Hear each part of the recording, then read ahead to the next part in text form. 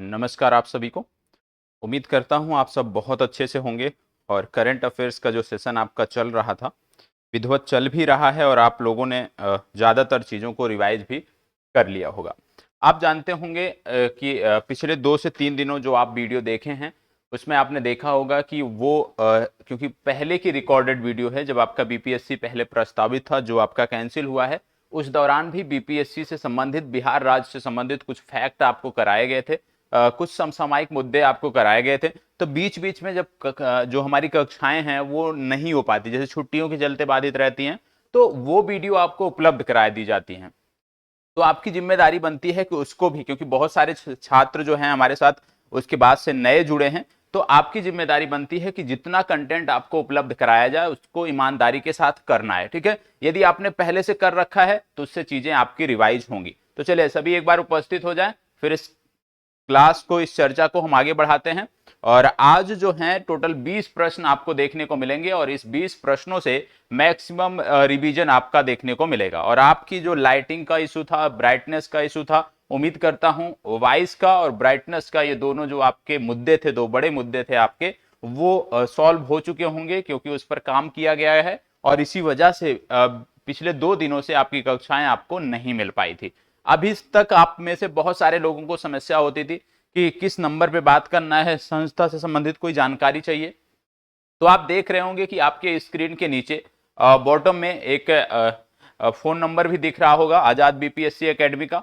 आपको batch purchase करना है या कोई भी अन्य जानकारी चाहिए, आप उस नंबर पर संपर्क कर जानकारी ले सकते हैं। आपको पूर्ण रूप से संतुष्ट किया जाएगा, जानकारी आपको दी जाएगी। चलिए सभी उपस्थित हो जाएं, फिर हम इस चर्चा को आगे बढ़ाते हैं और चीजों को ध्यान से देखते हैं क्या क्या चीजें हमें देखनी है। और आज जो प्रश्न हैं इसमें सबसे पहले जो प्रश्न देखने को मिलेगा वो बिहार राज्य विशेष से देखने को मिलेगा। और बिहार राज्य विशेष के 5 प्रश्न आज रखे गए हैं। बिहार राज्य विशेष के बाद फिर नवीनतम जो चल रहा है 5 प्रश्न वो रखे गए हैं। और लास्ट में जो 10 प्रश्न रखे गए हैं वो 10 प्रश्न आपके विगत माह के हैं जो आपकी परीक्षा के संदर्भ में महत्वपूर्ण हैं। तो यदि आप इस कक्षा से नियमित बने रहते हैं, प्रतिदिन रात्रि 11 बजे की इस कक्षा से जुड़े रहते हैं, तो निश्चित रूप से समसामयिक संदर्भों में आपको कहीं भी भटकने की जरूरत नहीं है। एक जो मेन पिलर आपका है, आप कह सकते हैं जो आपके 4 मेन पिलर हैं, उनमें से एक पिलर जो समसामयिक मुद्दों का है वो आपका 100% यहां से कंप्लीट हो जाएगा। ठीक है, और सुबह हमने 100 प्रश्नों की एक अलग क्विज देखी थी, तो उसको भी हमें रिवाइज करना है।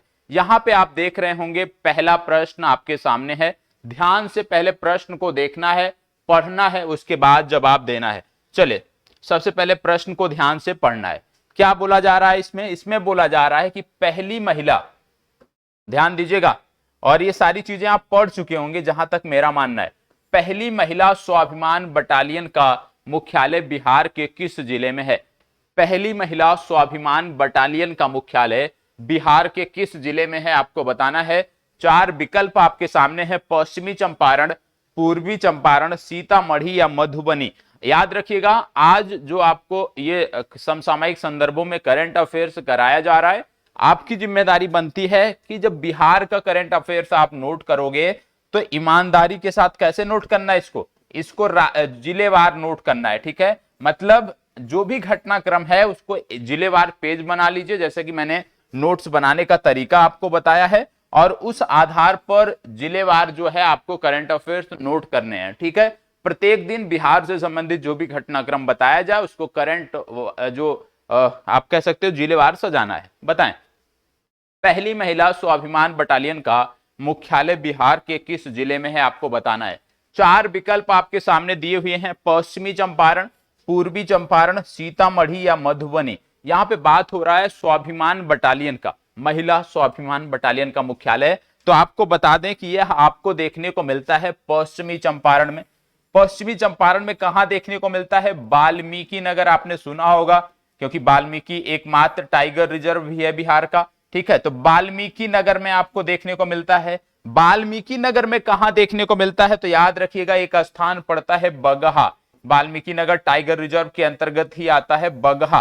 तो ये जो बगहा क्षेत्र है यहां पर पहली महिला स्वाभिमान बटालियन का मुख्यालय स्थापित किया गया है। अब यहां पे बात हो रही है पश्चिमी चंपारण की, तो आपको बता दें कि राज्य सरकार की, राज्य के कैबिनेट की एक बैठक भी जो है वाल्मीकि टाइगर रिजर्व में दिसंबर 2021 में आयोजित की गई थी, यह भी आप सबको पता होगा। और आपको पता होगा कि ये जो बैठक थी, क्योंकि मैंने आपको बताया कि ये जो है पश्चिमी चंपारण के वाल्मीकि टाइगर रिजर्व में जो है आयोजित की गई थी।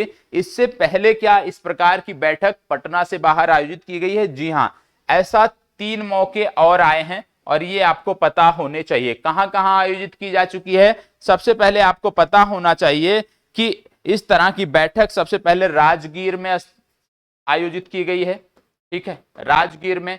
राजगीर के बाद बेगूसराय में भी ये आयोजित की गई है, ठीक है, ये भी आपको पता होना चाहिए। और बेगूसराय के बाद यदि हम बात करें तो आपको पता होना चाहिए गंगा नदी की क्रूज पर भी, गंगा नदी में एक क्रूज पर भी मंत्रिमंडल की जो बैठक थी इसको आयोजित किया गया था। और ये चौथा स्थान था जो है वाल्मीकि नगर टाइगर रिजर्व, तो इसके बारे में आपको पता होना चाहिए। इसके साथ साथ आपको पता होगा कि पहली बार बाघ की पहचान हेतु डीएनए का प्रयोग, डीएनए के आधार पर बाघ की जांच जो की गई थी, ये कहां की गई थी? तो इसको भी याद रखना है कि ये किया गया था कहां पे? ये किया गया था वाल्मीकि नगर टाइगर रिजर्व में, इसको भी आपको याद रखना है। इसके साथ साथ आपको पता होना चाहिए, जब बात पश्चिमी चंपारण की हो रही है, यहां पर एक है चनपटिया स्थान। चनपटिया सबको पता होगा, नहीं पता है आज जान जाएंगे। चनपटिया क्या है? चनपटिया के बारे में आपको बता दें कि नोट कर लीजिएगा चनपटिया के बारे में कि चनपटिया में राज्य का पहला टेक्सटाइल मैत्री पार्क खोला गया है। क्या है? राज्य का पहला टेक्सटाइल मैत्री पार्क जो है ये चनपटिया में खोला गया है, ये आपको पता होना चाहिए। और जब बात हो रही है चनपटिया की, तो चनपटिया से जुड़ा हुआ आपको बता दें कि एक चनपटिया मॉडल भी चर्चा में था बिहार में। चनपटिया मॉडल, चनपटिया मॉडल क्या था? चनपटिया मॉडल जो था विशेष रूप से कोविड में जो प्रवासी मजदूर थे, जो जॉब छोड़कर वापस आ गए थे बिहार में, उनके लिए रोजगार देने की एक पद्धति डेवलप की गई थी और इसको नाम दिया गया था चनपटिया मॉडल। तो इसको भी आपको याद रखने की जरूरत है। तो आपने देखा कि इस प्रश्न से कई सारे फैक्ट आपने देखे हैं, 4 से 5 महत्वपूर्ण फैक्ट देखे हैं, उन सबको नोट करना है और इसी जिले के अंतर्गत नोट करना है, पश्चिमी चंपारण के अंतर्गत। ठीक है, चलिए बढ़ते हैं आगे और देखते हैं अगला प्रश्न। प्रश्न संख्या 2 आपके सामने है। प्रश्न संख्या 2 ध्यान से देखना है, क्या बोला जा रहा है। सबसे पहले कोई भी प्रश्न आपको बार बार आता है, मैं बार बार बोलता हूं, कोई भी प्रश्न आपको दिखे उसको 2 बार आपको पढ़ना है। मुख्यमंत्री नीतीश कुमार ने 22 दिसंबर 2021 को समाज सुधार अभियान की शुरुआत कहां से की थी? क्या बोला जा रहा है? मुख्यमंत्री नीतीश कुमार ने समाज सुधार अभियान की शुरुआत 22 दिसंबर 2021, तिथि याद रखिएगा अन्यथा आप गलत कर बैठेंगे। 22 दिसंबर 2021 को कहां से की थी आपको बताना है। चलिए जवाब दीजिएगा, 4 विकल्प आपके सामने हैं, ठीक है, 4 विकल्प आपके सामने हैं, आपको जवाब देना है। मोतिहारी, पटना, वाल्मीकि नगर, रानीगंज, इनमें से कौन सा सही है आपको बताना है। चले फास्ट जवाब दीजिएगा, इनमें से कौन सा सही है आपको बताना है, इन चारों में से। चले बताइएगा, चले फास्ट जवाब दीजिएगा। मोतिहारी, पटना, वाल्मीकि नगर, रानीगंज, आपको बता दें इसका सही उत्तर है मोतिहारी। मोतिहारी में पड़ता है गांधी मैदान और मोतिहारी के गांधी मैदान से इसकी शुरुआत हुई थी और इसकी समाप्ति यदि हम बात करें तो वो पटना में हुई थी। तो दोनों आपको याद रखना है। और इस अभियान के तहत यदि हम बात करें तो कुछ चीजें और आपको याद रखनी है, जैसे किस लिए ये चलाया गया था, तो आप सब जानते होंगे किसके लिए चलाया गया था। कमेंट बॉक्स में पहला होमवर्क है कि ये जो समाज सुधार अभियान था इसका उद्देश्य क्या था, नीतीश कुमार के इस अभियान का उद्देश्य क्या था, ये आपको बताना है। आपको बता दें कि सबसे पहली बात आपको बता दें मोतिहारी कहां पे पड़ता है। मोतिहारी पड़ता है पूर्वी चंपारण में, ठीक है, पूर्वी चंपारण में पड़ता है मोतिहारी। अब पूर्वी चंपारण में मोतिहारी पड़ता है तो आपकी जिम्मेदारी है कि पूर्वी चंपारण से संबंधित कुछ तथ्यों को यहीं पर जान लिया जाए। इसमें आपको देखने को मिलेगा कि पूर्वी चंपारण में विश्व के सबसे ऊंचे रामायण मंदिर का निर्माण किया गया है। विश्व के सबसे ऊंचे रामायण मंदिर का जो निर्माण है, रामायण मंदिर का जो निर्माण है वो यहीं पे किया गया है, ये आपको पता होना चाहिए। इसके साथ साथ आपको पता होना चाहिए कि मनरेगा के क्रियान्वयन में, मनरेगा के क्रियान्वयन नहीं कह सकते, कार्यान्वयन में जो टॉप पर रहने वाला जिला है वो आपका है पूर्वी चंपारण। ठीक है, तो मनरेगा के क्रियान्वयन में टॉप पर है पूर्वी चंपारण। इसके साथ साथ आप नोट कर सकते हो कि स्वच्छ भारत अभियान, नोट कर सकते हो स्वच्छ भारत अभियान के तहत पूर्वी चंपारण को उत्कृष्ट जिला का भी पुरस्कार मिला था। स्वच्छ भारत अभियान के तहत इसको उत्कृष्ट जिला का भी पुरस्कार मिला था। यह भी फैक्ट है, आपसे पूछा जा सकता है, आपकी जिम्मेदारी है कि आप इसको नोट करें। और आपको नोट करना है कि यहां पर है पीपरा कोठी, और पीपरा कोठी क्यों चर्चा में है, यदि किसी को पता है तो बताएं। पीपरा कोठी, पीपरा कोठी के बारे में भी नोट कर लेना है। पीपरा कोठी के बारे में क्या नोट करना है, पीपरा कोठी के बारे में नोट करना है कि देश का पहला पशु प्रजनन उत्कृष्टता केंद्र जो है वो पीपरा कोठी में खोला गया है। देश का पहला पशु प्रजनन उत्कृष्टता केंद्र जो है वो पीपरा कोठी में खोला गया है। इसको भी आपको नोट करने की जरूरत है। तो आपने देखा कि पूर्वी चंपारण पहले आपने देखा, फिर पहले पश्चिमी चंपारण देखा, फिर पूर्वी चंपारण देखा। तो दोनों के बारे में आपने देख लिया कुछ फैक्ट जो आपको पता होना चाहिए। और मैंने आपको बोला कि नोट्स जो हैं वो जिलेवार बनाने हैं, तो जिलेवार ही जो करंट अफेयर्स के नोट्स हैं उसको भी आपको तैयार करना है। तीसरा प्रश्न बिहार से संदर्भित, और उम्मीद करता हूं इसका जवाब सबको पता होगा। क्या बोला जा रहा है, बिहार का पहला ऐसा जिला कौन सा है जहां पंचायत स्तर पर परामर्शदात्री समिति बनाया गया है। बिहार का ऐसा पहला जिला कौन सा है जहां पर पंचायत स्तर पर परामर्शदात्री समिति का गठन किया गया है, आपको बताना है। चले बताएं, परामर्शदात्री समिति का गठन कहां किया गया है, शिवहर, सीतामढ़ी, सुपौल, किशनगंज, इनमें से कौन सा सही है आपको बताना है। चले बताइएगा, अच्छा प्रश्न है, बताएं क्या बोला जा रहा है। जहां पर पंचायत स्तर पर परामर्शदात्री समिति बनाया गया, और ये पहला जिला है, ये जिला है शिवहर। ए विकल्प सही उत्तर है, नोट कर लीजिएगा। ठीक है, कौन सा जिला है, शिवहर। चलिए आगे बढ़ते हैं, देखते हैं प्रश्न संख्या 4। चले प्रश्न संख्या 4, रामायण सर्किट के अंतर्गत निम्नलिखित में से कौन सा जिला शामिल नहीं है। रामायण सर्किट के बारे में आपने सुना होगा, बिहार के कई सारे जिले इसमें शामिल हैं। तो आपसे पूछा जा रहा है कि कौन सा जिला शामिल नहीं है, तो बताएं रामायण सर्किट के अंतर्गत इनमें से कौन सा जिला शामिल नहीं है। सीतामढ़ी, दरभंगा, बक्सर, वैशाली, फास्ट जवाब दीजिएगा, कौन सा जिला शामिल नहीं है, बताएं।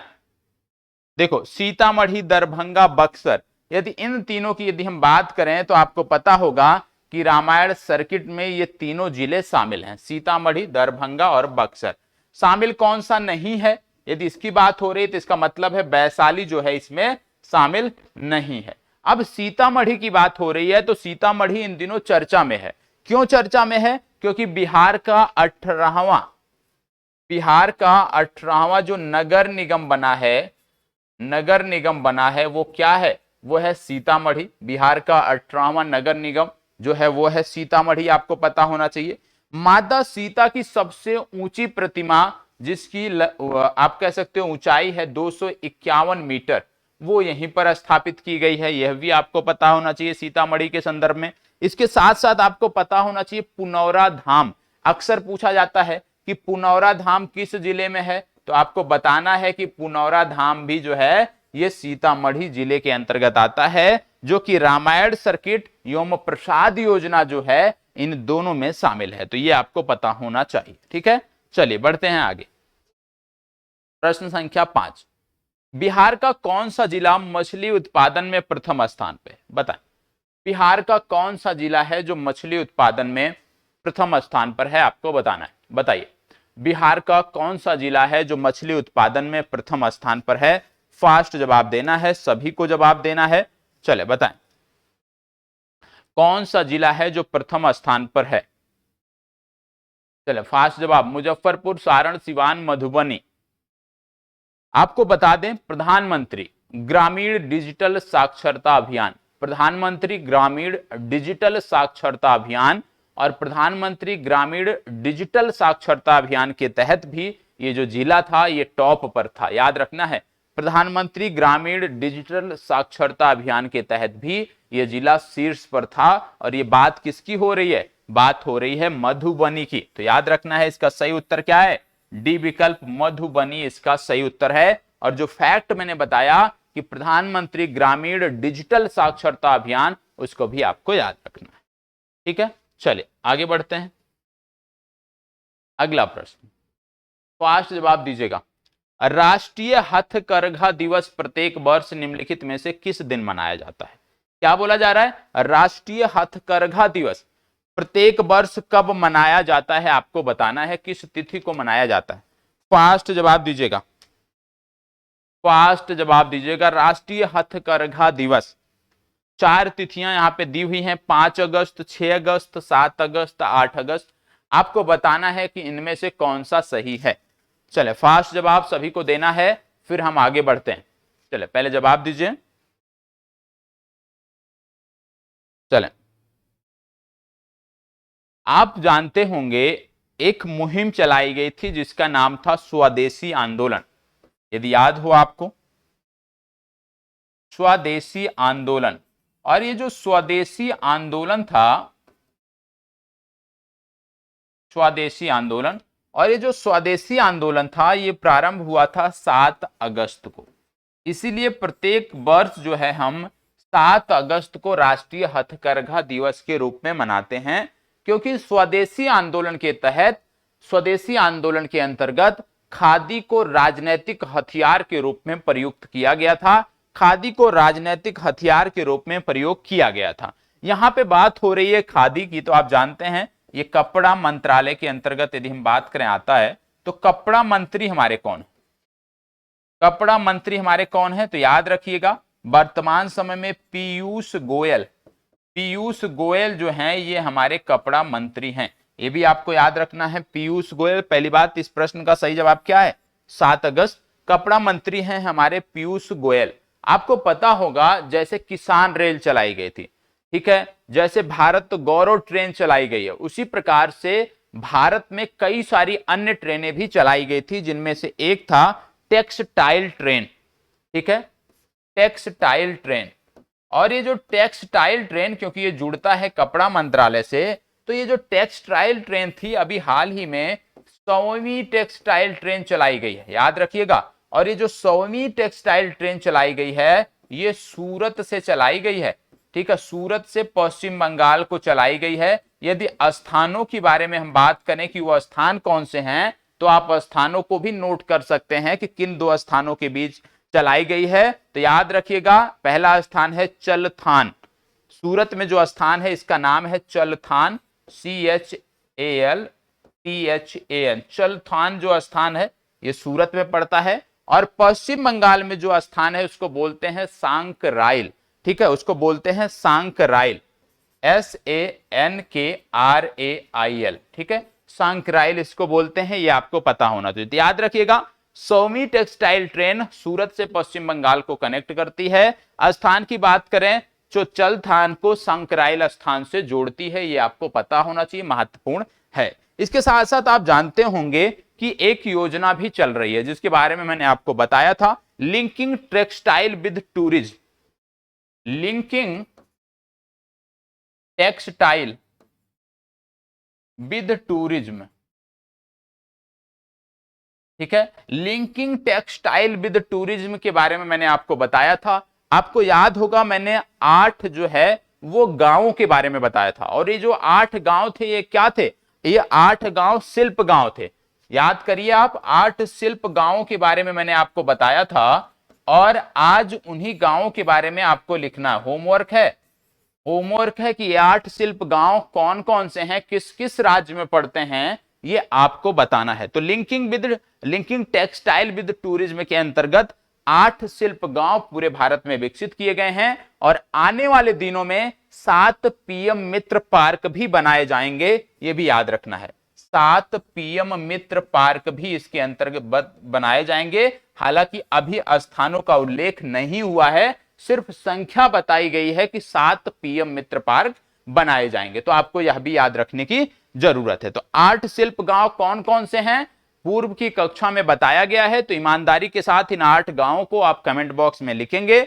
जिनको नहीं पता है, पहली बार देख रहे हैं, प्लीज कमेंट बॉक्स में जाकर देखिएगा, आपको जवाब मिल जाएगा। यहां पे मैं बात कर रहा हूं कमेंट बॉक्स की, तो आपको बता दें कि आज सुबह की कक्षा में कुछ प्रश्न पूछे गए थे। जो 100 प्रश्नों की क्विज थी, उसमें कुछ प्रश्न पूछे गए थे। जैसे क्वाड में कौन कौन से देश आते हैं, आप में से कई ने बेहतर जवाब दिया है। विष्णु कुमार देव जी ने विष्णुदेव जी ने बेहतर जवाब दिया है। सेंट्रल विजिटा प्रोजेक्ट के बारे में हमने पूछा था, उसके बारे में भी आपने बेहतर जवाब दिया है। हमने गगन नेविगेशन सिस्टम के बारे में पूछा था कि कौन सी एयरलाइंस बनी है सबसे पहली एयरलाइंस जिसने गगन सिस्टम के माध्यम से, गगन नेविगेशन सिस्टम के माध्यम से सफलतापूर्वक लैंडिंग की है, तो इंडिगो थी। ये भी मैंने आपको बताया है और आप में से सभी लोगों ने इसको जवाब दिया है। तो जो बेहतर जवाब आया है, विष्णु देव जी का आया है, अन्नू कुमारी जी का आया है और काली प्रसाद जी का आया है। और आप में से जिनको नहीं पता था इन प्रश्नों का जवाब, प्लीज जाकर कमेंट बॉक्स में देख लीजिएगा, आपको जवाब मिल जाएंगे। और आपको भी यदि प्रश्नों का जवाब पता है, प्लीज आप भी आदत डालें कि ज्यादा से ज्यादा आप शेयर किया करें। अब ये तो चीजें हो गई टेक्सटाइल से जुड़ी हुई। टेक्सटाइल की हम बात कर रहे हैं, हम शिल्पकार की बात कर रहे हैं, शिल्प की बात कर रहे हैं। तो आप जानते हैं बुनकर होते हैं, जो हाथ से कपड़े बनाते हैं, उनको हम बोलते हैं बुनकर। और बुनकरों के लिए तेलंगाना राज्य सरकार ने एक योजना शुरू की है जिसका नाम है नैतन्या बीमा योजना। पूछा जा सकता है नैतन्या बीमा योजना ये किसके लिए है? ये तेलंगाना राज्य सरकार की योजना है, बुनकरों के लिए है। और इसके अंतर्गत 5 लाख रुपए का जीवन बीमा कराया गया है बुनकरों का। इससे कोई जो है उनको कोई भी पेमेंट बुनकरों को नहीं करना पड़ेगा। तो इसको भी आपको याद रखने की जरूरत है। तो इतना आप देख रहे होंगे कि कितने सारे फैक्ट आपके प्रश्नों से जुड़े होते हैं जो बताए जा सकते हैं, लेकिन समय की बाध्यता होती है क्योंकि आपके इस सेशन में हमें ज्यादा से ज्यादा प्रश्नों को कवर करना है, इसीलिए हम थोड़ा सा डिटेलिंग नहीं कर पाते हैं, डिटेल में नहीं जा पाते हैं। लेकिन एक बार आपकी प्रारंभिक परीक्षा सुचारू रूप से संचालित हो जाए, उसके बाद निश्चित रूप से करंट अफेयर्स का जो सेशन होगा इसी प्रकार से लिंकिंग के माध्यम से होगा और कम प्रश्नों के माध्यम से हम ज्यादा से ज्यादा चीजों को देख सकेंगे। ठीक है, चलिए आगे बढ़ते हैं और देखते हैं अगला प्रश्न। अगला प्रश्न है, हाल ही में डीआरडीओ ने भारतीय सेना के लिए स्वदेशी रूप से विकसित laser guided anti tank missile का परीक्षण किस राज्य में किया है? क्या बोला जा रहा है? हाल ही में डीआरडीओ ने भारतीय सेना के लिए स्वदेशी रूप से विकसित laser guided anti tank missile का परीक्षण किस राज्य में किया है? आपको बताना है। 4 राज्य आपके विकल्प में दिए हुए हैं, महाराष्ट्र, छत्तीसगढ़, राजस्थान और उत्तराखंड। बताएं, फास्ट जवाब दीजिएगा इस प्रश्न का, सभी को देना है। और जैसे मैंने बोला कि सबको प्रयास करना है क्योंकि हम किसी से कम नहीं, तो सबको प्रयास करना है और बेहतर जवाब आपको देना है। ठीक है, सबसे पहले आपको बता दिया गया कि यह डीआरडीओ ने विकसित किया है, तो कहां पे परीक्षण हुआ है यह आपको बताना है। आपको बता दें, अर्जुन टैंक से इसका परीक्षण किया गया। अर्जुन टैंक से इसको दागा गया, याद रखिएगा, अर्जुन टैंक से इसको दागा गया। यदि आपसे पूछ लिया जाए कि अर्जुन टैंक का निर्माण किसने किया है, तो आपको बताना है कि अर्जुन टैंक का जो निर्माण है, यदि हम बात करें तो डीआरडीओ की एक लैबोरेटरी है जिसका नाम है CBRDE। क्या नाम है? CBRDE। CBRDE लैब ने जो है अर्जुन टैंक को बनाया है, यह आपको पता होना चाहिए। और इसी के द्वारा यह परीक्षण किया गया। इसका सफलतापूर्वक परीक्षण महाराष्ट्र में किया गया। ये विकल्प इसका सही उत्तर है। आपको बता दें, यहां पे बात हो रही है एंटी टैंक मिसाइल की। और आपको बता दें कि जब बात करते हो आप एंटी टैंक मिसाइल की, तो भारत के पास नाग और इसी का एक संस्करण है जिसको बोलते हैं हेलिना। हेलिना को क्या है, हम हवा से दाग सकते हैं हेलीकॉप्टर की मदद से।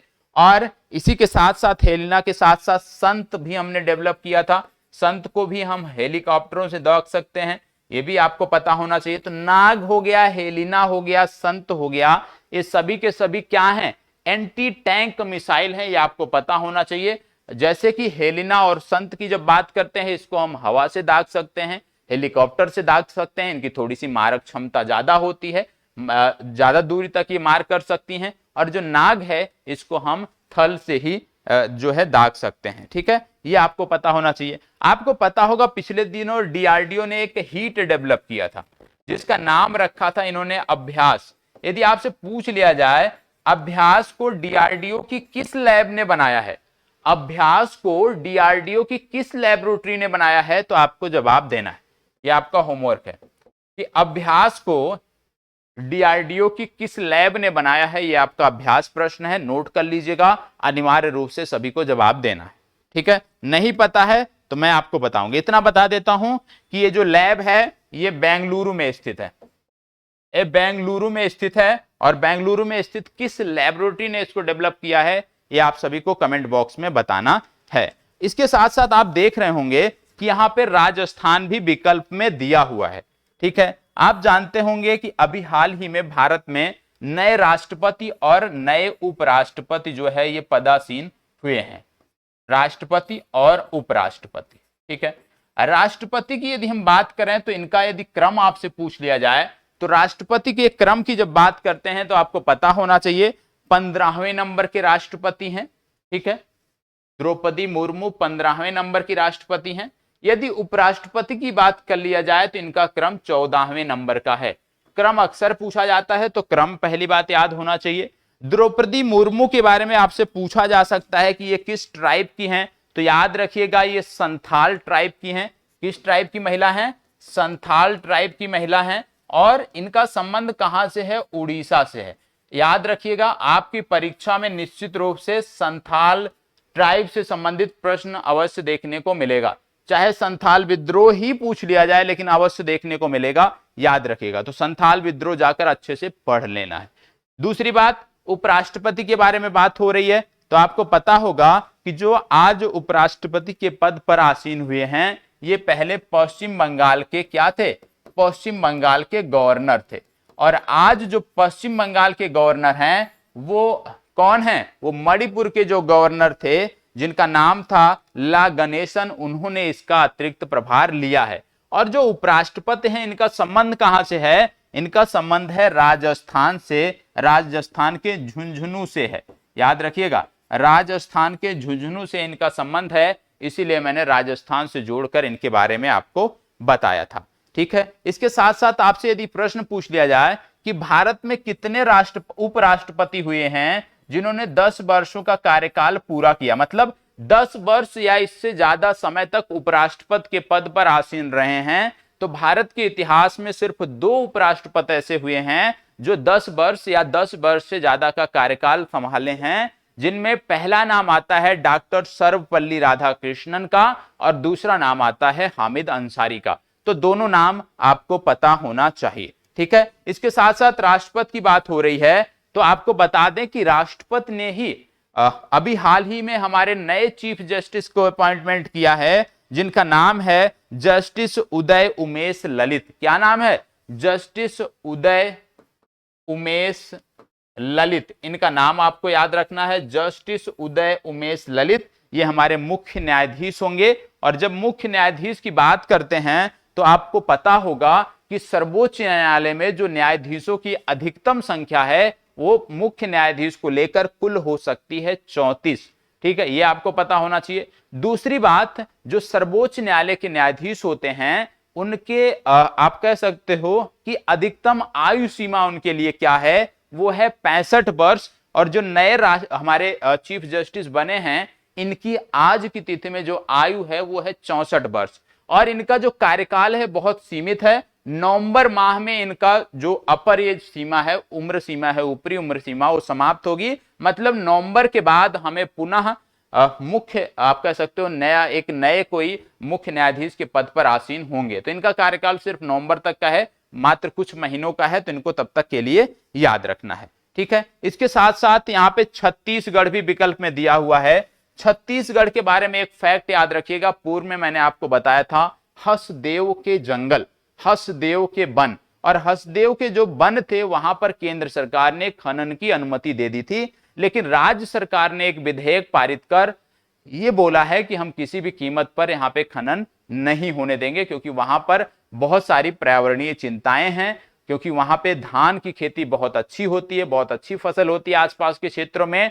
तो डर है कि भूस्खलन और इनके चलते वो जो खेती अच्छी होती है वो नष्ट होगी और ये जो क्षेत्र है ये प्रभावित होगा। साथ ही साथ पर्यावरणीय चिंताएं भी हैं, जिसके लिए राज्य सरकार ने एक विधेयक इसके विरोध में पारित किया है। तो हसदेव के जंगल भी पता होना चाहिए, हसदेव नदी से जुड़े हुए हैं। हसदेव नदी की बात करते हैं तो हसदेव नदी के बारे में याद रखिएगा कि ये महानदी की सहायक नदी है, छत्तीसगढ़ से संबंधित है।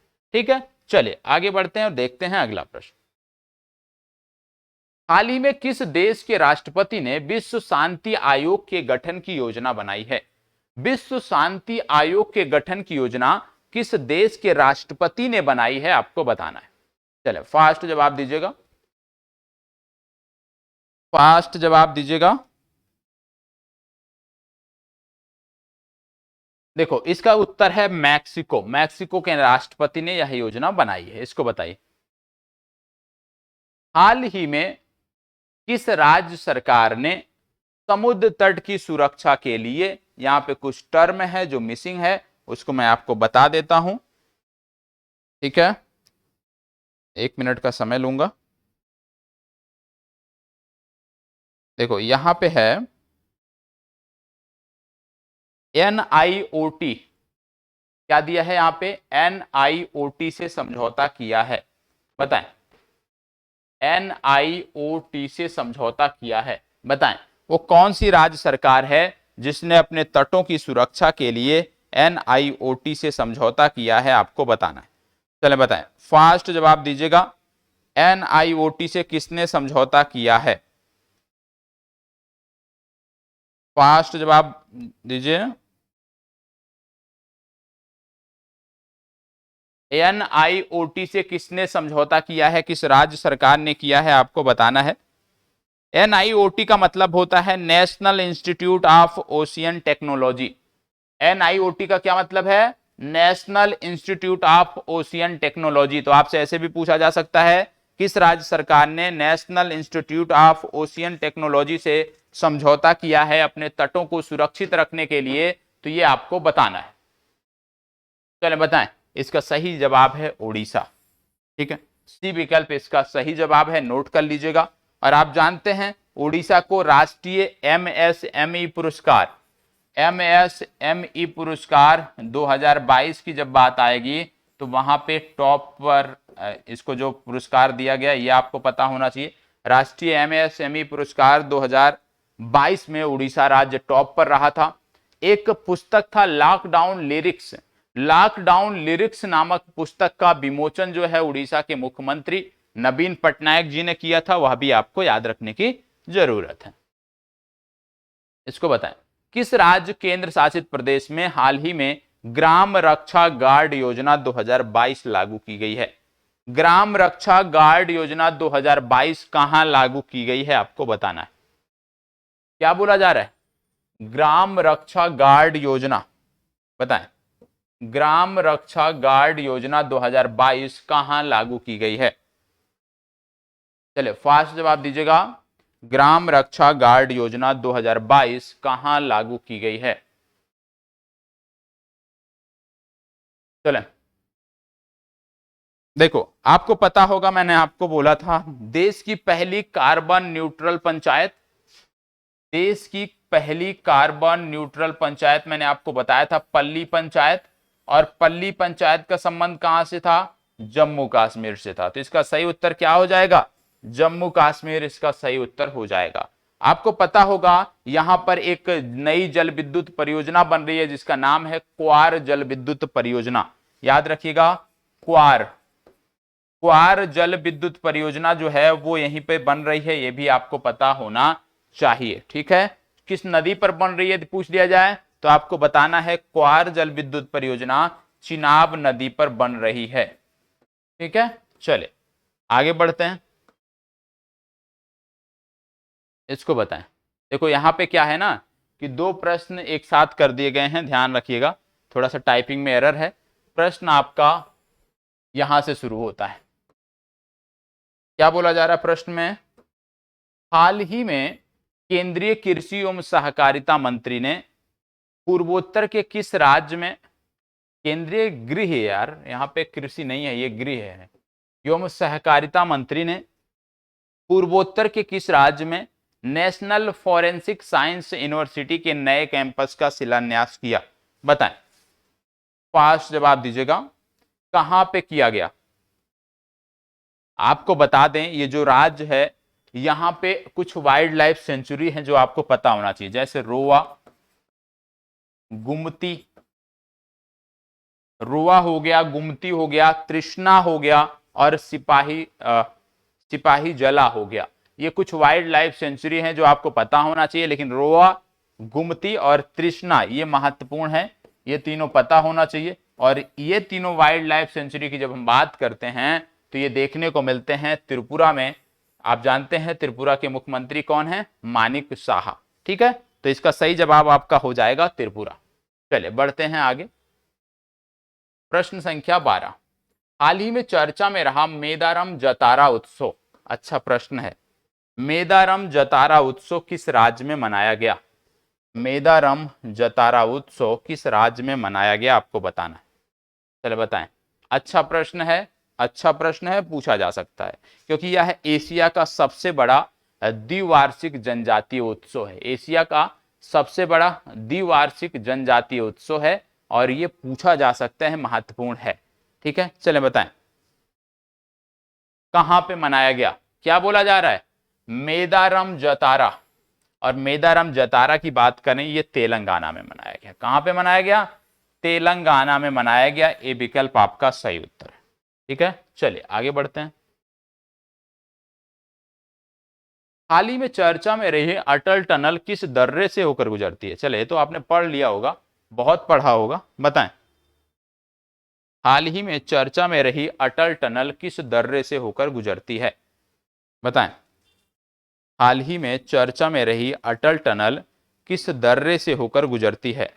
सबसे पहली बात आपको पता होना चाहिए, जो टनल है ये मनाली लेह मार्ग पर है। कहां पर है?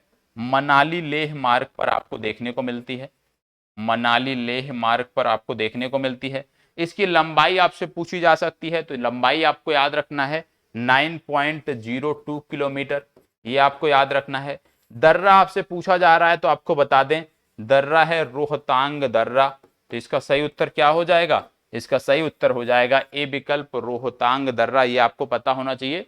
और 10,000 से ज्यादा फीट की ऊंचाई पर स्थित ये सुरंग है, ये आपको पता होना चाहिए। ठीक है, तो इसका सही उत्तर हो जाएगा रोहतांग दर्रा।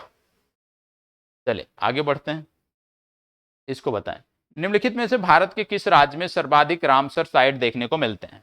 अभी पता चल जाएगा कि आप जो है टेलीग्राम ग्रुप को कितना फॉलो करते हैं।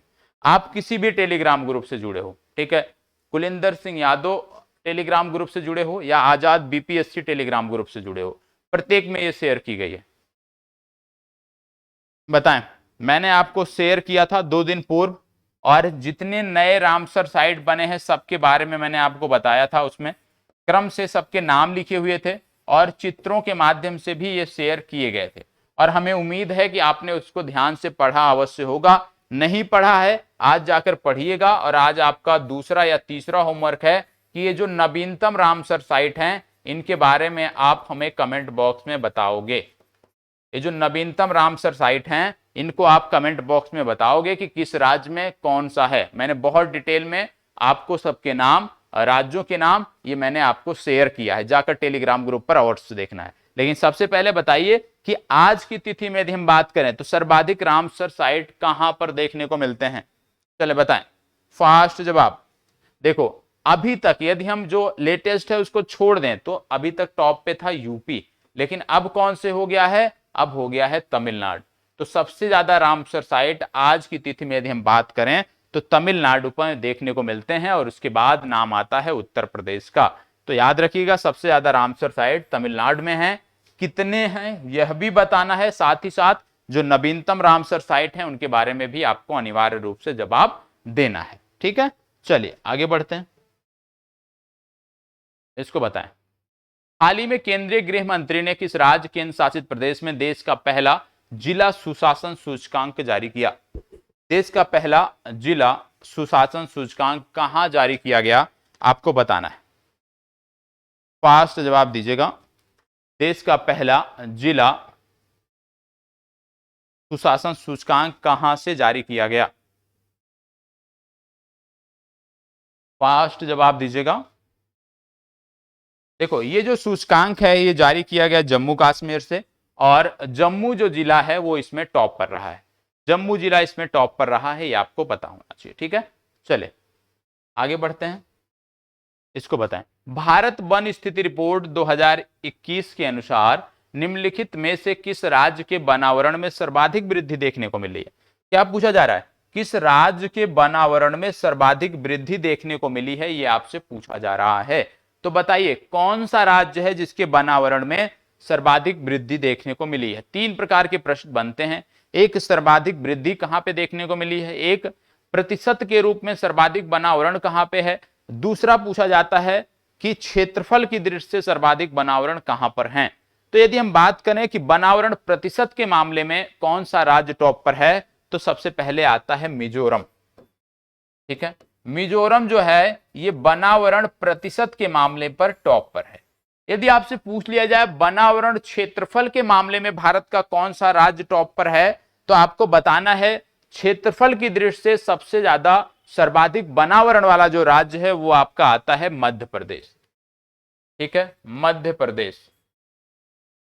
एक याद रखिए, ज्यादा याद रखने की जरूरत नहीं है, सिर्फ एक एक याद रखिए। और तीसरा, सबसे ज्यादा 19 के बाद 19 से 21 के बीच में, क्योंकि द्विवार्षिक रिपोर्ट होती है, तो सबसे ज्यादा जो वृद्धि देखने को मिली है वो कहां पे देखने को मिली है?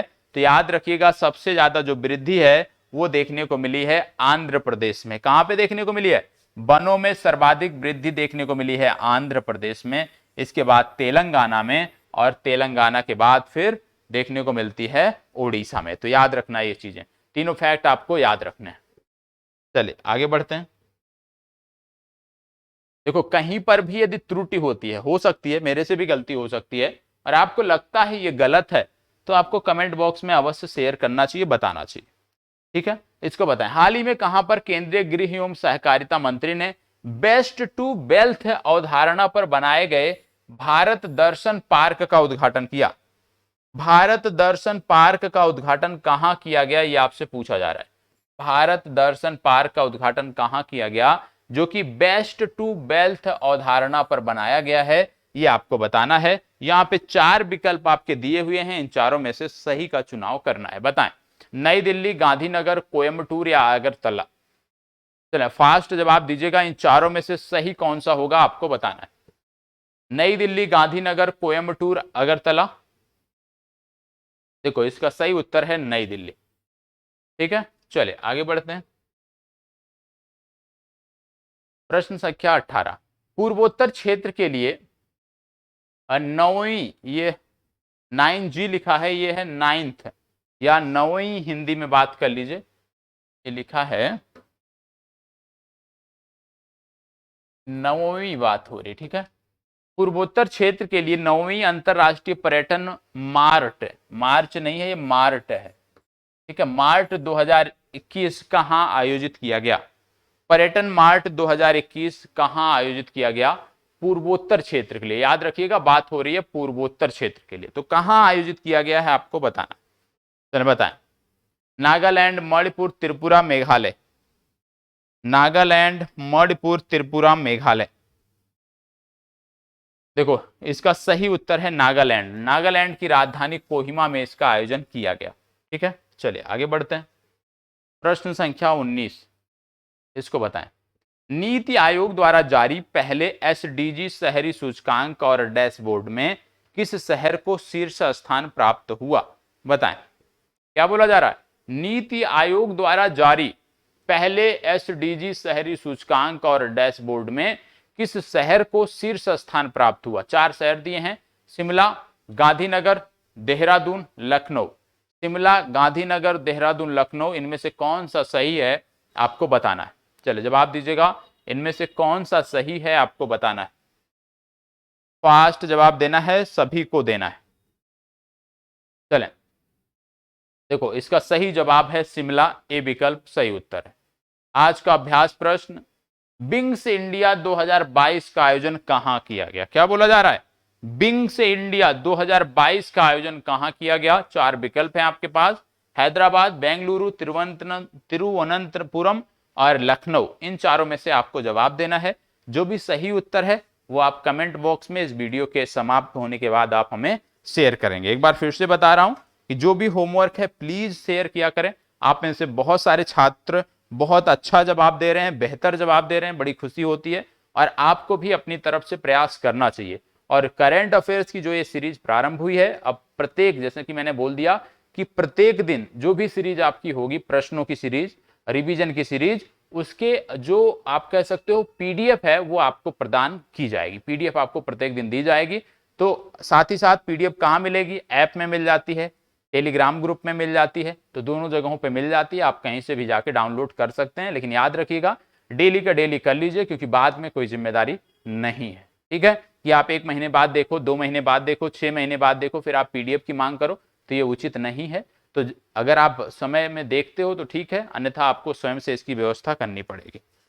तो आज के लिए इतना ही। कल फिर मिलते हैं सुबह 8 बजे सबसे पहले प्रश्नों के साथ, और जिसमें हम लगभग 50 से 60 प्रश्न देखेंगे। और टॉपिक वाइज मैंने आपको बोला है कि सबसे पहले जैसे प्रश्न पत्र में आपके प्रश्न आते हैं, तो उसी तरह से एक जगह मैंने संकलन किया है, कि मतलब इतिहास के प्रश्न एक जगह, फिर भूगोल के प्रश्न एक जगह, और इस तरह से हम टॉपिक भी पता कर सकते हैं कि कौन से टॉपिक हमारी परीक्षा में रिपीट हो रहे हैं, हमारे लिए महत्वपूर्ण हैं। तो आज की इस चर्चा को यहीं पे विराम देते हैं। उम्मीद करता हूं सेशन अच्छा लगा होगा। अच्छा लगा है तो प्लीज, जो एक कंजूसी आप सब करते हैं, लाइक नहीं करते, प्लीज लाइक शेयर और कमेंट अवश्य कर दीजिएगा।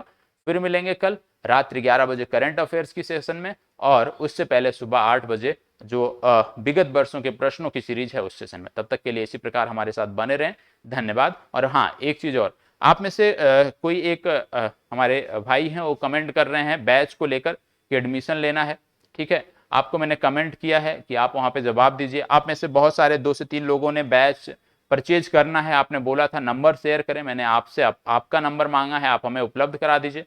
हम निश्चित रूप से बात करेंगे, या स्क्रीन के नीचे जो नंबर चल रहा है आप उस पर संपर्क कर कोई भी जानकारी ले सकते हैं। जरूरत पड़े तो आप इन्हीं नंबरों पर मेरे से भी बात कर सकते हैं। यदि सर से बोलेंगे, दीपक सर का शायद ये नंबर है, तो यदि आप बोलेंगे तो वहां से मेरे से भी बात हो सकती है, यदि मेरा शेड्यूल खाली रहता है तो। ठीक है, तो कोई भी समस्या होती है आप कमेंट बॉक्स में बताएं, निश्चित रूप से मदद करेंगे। आप में से 2, एक भाई एक बहन ने पुस्तक की मांग की थी, उस पर भी हम कार्य कर रहे हैं, और उम्मीद करते हैं कि अगले 1 से 2 दिनों में आपकी पुस्तक जो है वो यहाँ से कोरियर करती जाए। ठीक है, चलिए इसी प्रकार हमारे साथ बने रहें।